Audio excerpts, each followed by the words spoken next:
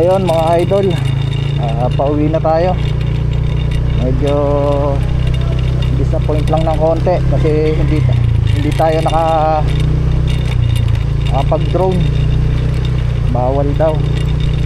So sayang naman, hindi natin na pakita yung, hindi tayo nakakuha ng magandang view.